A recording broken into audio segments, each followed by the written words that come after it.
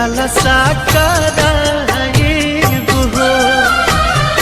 पूरी जहिया दिलावा के ललसा त जलसा कराइब हो।